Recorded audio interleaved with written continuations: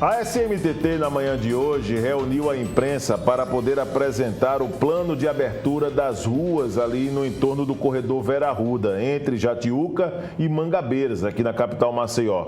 Recentemente, o órgão abriu uma consulta pública online para saber a opinião dos maceioenses. A coletiva foi realizada em um hotel na Ponta Verde e o repórter Fernando Palmeira acompanhou tudo de perto e traz mais detalhes, os trechos mais importantes desse plano apresentado pela SMTT, um plano através de estudos técnicos para poder mostrar a viabilidade de abertura de alguns trechos no entorno ali em ruas do corredor Vera Arruda. Vamos acompanhar.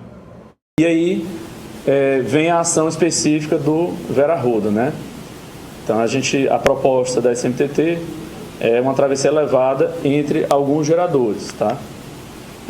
Falando um pouco do Vera Arruda, ele tem uma extensão, né, de ponta a ponta de cerca de 1,2 quilômetros, tem 15 vias no Vera Arruda e dessa via nós temos duas que são abertas à circulação de veículos.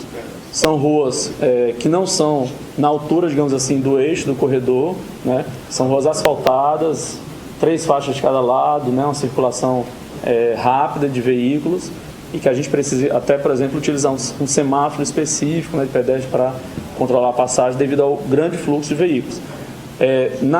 Naquelas duas vias, na Paulo Brandão Nogueira e na via paralela, nos horários de pico nós temos em torno de 2.300, 2.400 veículos por hora no horário de pico ali transitando. Ninguém vai quebrar o Vera Arruda, ninguém vai destruir o Vera Arruda, longe disso, tá? Longe disso. A gente precisa melhorar a vida das pessoas, de quem usa o transporte coletivo, e uma intervenção muito pequena vai ajudar bastante a essas pessoas que moram na parte alta, que trabalham na parte baixa. Vai ser um grande ganho para a população de Maceió. Pronto, agora ajudei mais, agora dá para ver melhor, tá? É isso aí, pessoal, tá? São no total 4 ruas das 13 que estão fechadas. 4 ruas. Eu vou dar como eu falei que a gente sempre trabalha com dados, né? Eu vou passar alguns dados aqui para vocês, tá? Aí olhando do outro lado, o lado que vai para a praia, né? Saindo também ali, Anchieta, Menino Compra, também as outras 2 ruas, tá? Então são 4 ruas, não vai quebrar tudo, vai desfazer tudo, nada disso, longe disso até. Tá, essas 2 ruas. Quando a gente fala em implantar essas 4 passagens elevadas entre os geradores, nós estamos falando de uma obra aí de 336 metros quadrados. Isso equivale, pessoal, em torno de 0,8% da área do Vera Arruda. A gente está falando, pessoal, de mexer com menos de 1% da área do Vera Arruda. Mas eu não terminei, não é só isso não. Tem mais. Que esse momento que a rua vai estar aberta, não é 24 horas aberta, não vai estar 24 horas passando carro para lá e para cá. Porque a gente sabe, vocês façam as imagens lá no Vera Arruda, deixam a câmera lá o dia todinho, né? A gente conhece, quem anda lá conhece. O Vera Arruda, ele praticamente na semana, ele é utilizado especialmente no horário noturno, ele começando quando muito 5 horas da tarde, finzinho de tarde, o pessoal começa a utilizar. De dia as pessoas estão trabalhando, as pessoas não têm tempo, né, de caminhar no Vera Arruda, elas estão no seu trabalho, tá? Não tem tempo de passear ainda com o seu pet. A grande maioria das pessoas vão no horário noturno. E a proposta da SMTT é o quê? É que essa travessia de veículos, ela somente aconteça nos dias úteis, ou seja, segunda a sexta, exceto feriados, de 7 da manhã até às 19 horas. Que tem tudo a ver também, como eu já falei, a restrição de estacionamento, que é somente em dias úteis, de 7 às 19, né? Então tudo, como eu falei, é tudo conectado, é tudo pensado, né? De uma maneira macro, e não o problema micro de um lugar da cidade, não é o problema micro de pessoas que moram no lugar da cidade, é um problema macro. A gente tem que pensar a cidade como um todo, tá? Pensar em todos os maceienses, não na parte pequena, alguns maceienses, pensar em todos. Isso é que é importante destacar. As pessoas que hoje utilizam vão continuar utilizando Vera Arruda da mesma forma que utilizam hoje, tá? 90% ou mais de 90% das pessoas utilizam nesse horário já noturno, utilizam um pouco mais aí nos finais de semana também. As pessoas, né, estão em casa e usam o seu lazer no Vera Arruda. E nesses horários as pessoas vão encontrar o Vera Arruda como se encontra hoje. Muito bem, né? Tá aí então os esclarecimentos, né? A Superintendência da SMTT, através de estudos técnicos, apresentando que existe viabilidade, né, para a abertura de alguns trechos do corredor Vera Arruda para facilitar as questões de mobilidade, principalmente naqueles chamados horários de pico, né, entre as regiões de Jatiuca e Mangabeiras. Nós vamos continuar acompanhando e trazer mais novidades no decorrer da programação. Hoje é dia do quadro Momento Seguro e o corretor Djaildo Almeida vai trazer muita informação com o tema de hoje, a importância da cobertura de responsabilidade civil no seguro condomínio, agora aqui no Momento Seguro.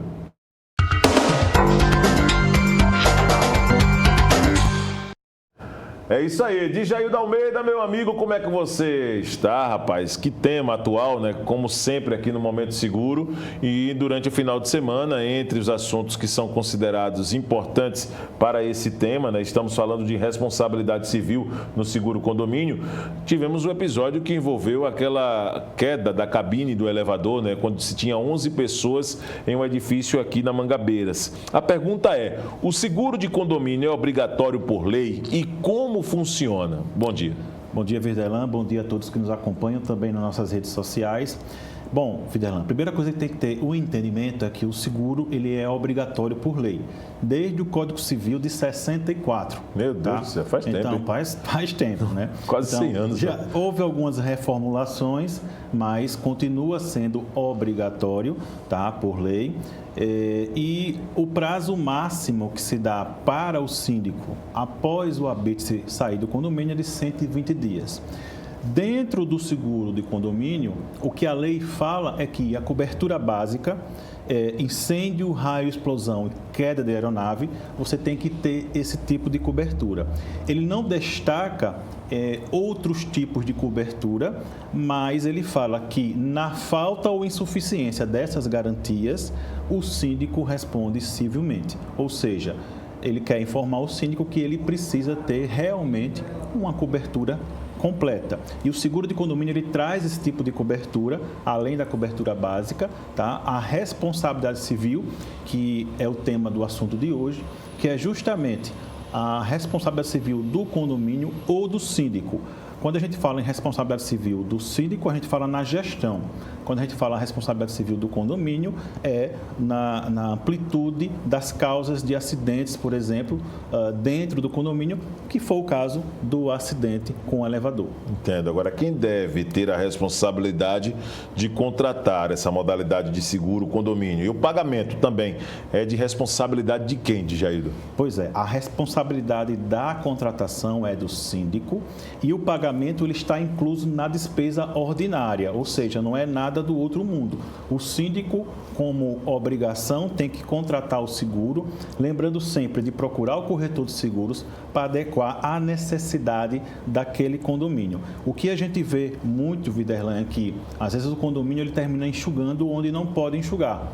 Tá? Ele tira algumas coberturas que termina faltando aquelas garantias e garantias que são essenciais, como a gente já falou da responsabilidade civil e também danos elétricos, que é o que mais ocorre junto aos condomínios, é dano elétrico no elevador. E aquelas placas de elevador não são baratas, são bem carinhas, né? Então, hoje uma média de troca de uma placa dessa gira em torno de 20 a 40 mil reais. Né? Então é um custo alto e aí quando você vê uma apólice de seguro que é bem contratada pelo síndico junto com o corretor de seguros, com certeza ele não vai ter dor de cabeça. Agora, falando exatamente dessas obrigações, existem algumas responsabilidades e coberturas também. Eu sempre digo, Djaildo, que seguro não é luxo, é necessidade. Sim. Em casos como esse fica mais do que provado, né? Teve ali um pouco de displicência das pessoas em passar da capacidade máxima. Claro, se tinha lá 8 a capacidade e tinha 11, é uma responsabilidade que se assume, né? Até inconsequente. Mas vamos falar um pouquinho dessas coberturas.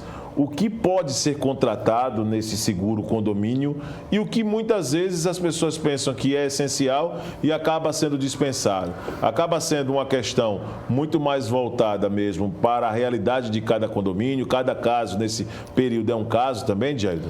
Pois é, então assim, dependendo muito do condomínio, condomínio, o ideal é que se faça uma contratação de acordo com a necessidade daquele condomínio, mais lembrando que geralmente todos os condomínios têm algumas coberturas que são essenciais. Exemplo, a gente já citou aqui danos elétricos, a responsabilidade civil do condomínio, do síndico e do empregador, porque também da mesma forma pode acontecer algum acidente com o pessoal que trabalha na área da limpeza, né, que deixa o prédio ali limpinho. Então, também você deve contratar esse tipo de cobertura. A gente falou também, a gente pode falar também sobre a cobertura de impacto de veículos e responsabilidade civil, portões e cancelas. Vou dar um exemplo para quem está nos acompanhando. Condomínio que é geralmente em esquina muito movimentada, pode acontecer um acidente e um veículo vir adentrar, derrubar aquele muro e evadir-se do local. Vai ter um custo ali para o condomínio reconstruir aquele muro. Entendo. Tá? Então, você pode incluir esse tipo de cobertura também, como o RC cancelas e portões, que sempre acontece do porteiro ou o próprio condomínio entrar apressado, o porteiro fechar sem querer a cancela, e aí gera um prejuízo para o condomínio. Então, assim, Viderlan, o seguro condomínio, eu vou ter a opção de amplitude de coberturas, inclusive tem uma apólice que a gente chama de apólice ampla, tá? E a apólice simples, mudando somente a característica da amplitude de coberturas, mas o essencial é que eu tenha a ciência de entender que aquele condomínio, tá? No caso, a consciência daquele condomínio ter a melhor garantia possível, porque eu estou protegendo além do meu bolso como síndico, porque eu respondo civilmente, claro, né, na falta das garantias, eu também estou protegendo os moradores do prédio. Agora, naquele caso específico do acidente que aconteceu aqui na Mangabeiras, quando a cabine despencou do primeiro para o subsolo, que tipo de seguro, né, poderia ser acionado numa situação como essa? Pois é, a primeira coisa que tem que se entender, está até passando no vídeo aí, a primeira coisa que tem que se entender é o seguinte, verificar a responsabilidade do acidente. Tá? Então, assim, a gente vê nos vídeos que se entende, pelo menos nos vídeos, que ultrapassou a capacidade do elevador. Mas muita gente fala que foi manutenção. Então, tem que haver uma verificação nesse sentido, para ver o que foi que aconteceu nesse tipo de acidente, se foi realmente a superlotação do elevador ou a falha na manutenção, para que, se for o caso, o síndico ele acione a cobertura de responsabilidade civil para dar as devidas providências aí, seja no conserto do elevador ou seja algum dano aos moradores que porventura vieram a ter. Mas a princípio tem que se entender primeiro a causa do acidente. Quem foi a causa do acidente? Foi manutenção ou foi a superlotação? Certo. E esse vídeo viralizou no Brasil todo, né? Assim, Sim. Jornal Nacional, outros telejornais, né? O WhatsApp mesmo viralizou de um jeito que as pessoas ficavam se perguntando qual foi o tipo de imprudência realmente que teve ali, se foi a imprudência das pessoas entrarem no elevador e ter excesso de lotação ou a falha de manutenção. Agora, é óbvio, Diaildo, que mesmo não sendo conhecedor do assunto, essa discussão vai parar nos tribunais, né? Porque quando se coloca... Você acredita, por exemplo, que a seguradora vai se propor a pagar? Vamos supor que as condições realmente de manutenção, elas não estavam em dia, mas com o fato de ter essa superlotação e as imagens comprovando, você acredita que a seguradora, pelo que você acompanha no dia a dia, vai ser uma coisa simples, por exemplo, de ressarcir se tiver seguro, por exemplo, nesse caso? Viderlan, depende do laudo. Se o laudo constatar que foi falha na manutenção mesmo com a superlotação, a companhia pode entender que existe a responsabilidade civil de alguma forma do condomínio. De alguma forma, houve falha na manutenção, mesmo com a superlotação. Tá? Pode haver algum impasse, mas aí tem que existir o laudo para que a companhia possa entender o que aconteceu e, se for o caso, pagar a indenização ao condomínio, dependendo da situação aí que for verificada. Agora, uma última colocação. Você passou aí sobre a questão dos funcionários do condomínio. Eles podem ser incluídos também nesse tipo de seguro, algo que possa proteger essa convivência, o dia a dia, no exercício de atividades pelo condomínio? É legal essa pergunta, Viderlan, porque assim, o seguro do condomínio, eu posso incluir, sim, os funcionários, mas aqui em Alagoas, o Sindicato dos Funcionários de Condomínio, ele tem um acordo coletivo. Eu acredito que outros estados também devam ter, e as coberturas, elas são diferenciadas. Então, eu tenho que ter uma apólice que atende ao acordo coletivo. E aí, para você ter uma ideia, geralmente a apólice de acordo coletivo gira em torno de R$ 7,50 a R$ 8,00 por mês por funcionário. Não é um custo alto para o condomínio, né? E, logicamente, eu vou estar dando aí uma proteção para o meu funcionário, principalmente eles que estão no dia a dia ralando ali no prédio, né? Pois é. Jaildo, quero agradecer sua participação, parabéns pelo trabalho, todas as quintas-feiras aqui trazendo temas bem atuais no Momento Seguro, um programa que já tem uma rodagem muito grande, não só aqui na TV Mar, mas também na 98,3, né? Também às quintas-feiras ao lado do Rogério Costa, às vezes com o Marcelo, aqui com o Porlane, às vezes com o Viderlan. E parabéns pelo trabalho também da Jaraguá Seguros, né? Nas redes sociais, fazendo um brilhante trabalho, promovendo lives às segundas-feiras, discutindo o tema seguro, né? Para levar para a sociedade muito conhecimento, e nós estamos sempre acompanhando e na torcida pelo crescimento também. Volte outras vezes, como de sempre, nas quintas-feiras aqui no quadro Momento Seguro, dentro do programa TV Mar News. Viderlan, eu que agradeço, tá? Agradecer que está nos acompanhando aí pelas redes sociais. Para a semana a gente vai falar sobre seguro alto.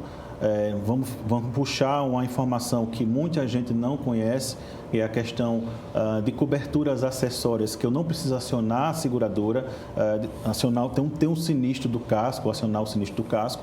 Então, para a semana a gente vai falar sobre isso, que era o tema dessa semana, mas por conta desse tema pontual, terminamos falando sobre esse tema pontual de hoje. Do mais, agradecer, até quinta-feira que vem, se Deus quiser. Um grande abraço, pessoal. É isso aí.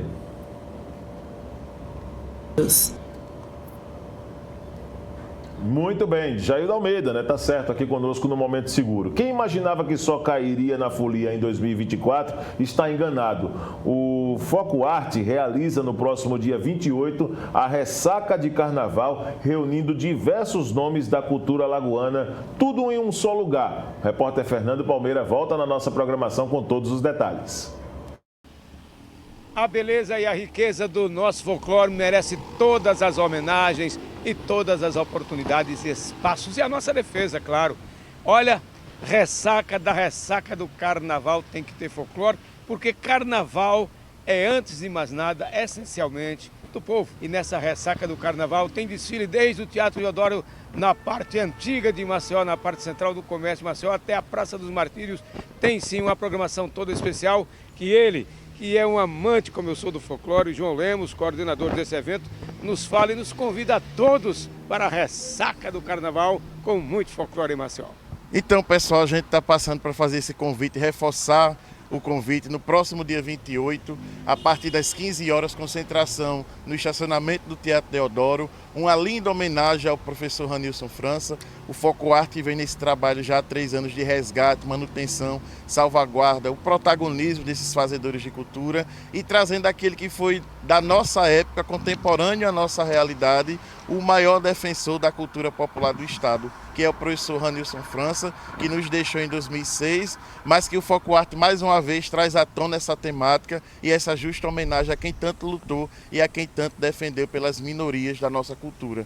Então, no dia 28, a partir das 15 horas, a concentração com o Jadson Félix tocando muito frevo, depois a banda de frevo, a orquestra de frevo Terremoto, lá de Coqueiro Seco, vai levar a gente pelas ruas do comércio com a companhia de passo do Passo Quebrado. São 16 passistas de frevo que vão carregar a gente pelo calçadão e, claro, com o grande homenageado com o boneco gigante que está vindo lá de Pernambuco para brilhantar a festa. E que tenhamos também os grupos folclóricos para dizer que está presente, que está vivo, e a gente tem mais é que defender para não ver desaparecer essa riqueza maravilhosa, linda das Alagoas. Agora também o pessoal pode adquirir camisa do bloco, que são trocadas, olha aí o social, por 1 quilo de alimento não perecível. Isso mesmo, a gente está trocando as camisas, inclusive essa que eu estou usando, por 1 quilo de alimento não perecível, tá certo? Esses alimentos a gente vai estar enviando para os grupos da cultura popular que tem mais necessidade social. Então nós temos muitos grupos no interior que as pessoas são pessoas que passam ali pela linha da pobreza, e a gente vai estar ajudando essa galera enviando esses alimentos para os grupos do interior. Reserva 2, uma para mim, outra para o Chico Nogueira, que está aqui dizendo, além de quilos de pão, vai dar quilos de tapioca para o pessoal. Olha, que não é folclore ou não é? É folclore, é cultura pessoal, popular. João, chama todos. Simbora, pessoal, vamos conosco cantar Viva Ranilson e deixa o bloco passar, que o Foco Arte na rua é a cultura popular. Devemos sim preservar, viver, vivenciar esse momento fantástico, essa ressaca do carnaval. Quem pensaria que só ia curtir carnaval e folclore lá para o ano que vem? Ainda é em 2023 e você é convidado especial. Prepara aí não só 1 quilo de pão não, prepara uns 10 quilos, levam as 2 camisetas e vamos viver essa festa e preservar e vivenciar o nosso folclore maravilhoso e rico de Maceió e das Alagoas. Com as imagens do Chico Nogueira, Fernando Palmeira para a TV Mar, da organização Maratona de Melo, no canal 525 NET. Claro! Um abraço para você, Fernando Palmeira. Muito obrigado mais uma vez pela sua participação. E obrigado a você, telespectador, internauta que ficou conosco pela próxima hora nesta edição do programa TV Mar News. A reprise deste programa você vai poder acompanhar no decorrer do dia, de acordo com a ordem aí de programação da nossa emissora, a TV Mar, genuinamente alagoana, pelo portal Gazeta Web e pelo aplicativo TV Mar. Amanhã, sexta-feira, estaremos de volta na nossa programação a partir de 11 da manhã, trazendo todos os detalhes com a movimentação do nosso departamento de jornalismo. Vem aí mais um programa campeão de audiência da nossa emissora. Fiquem todos com Deus. A gente se vê.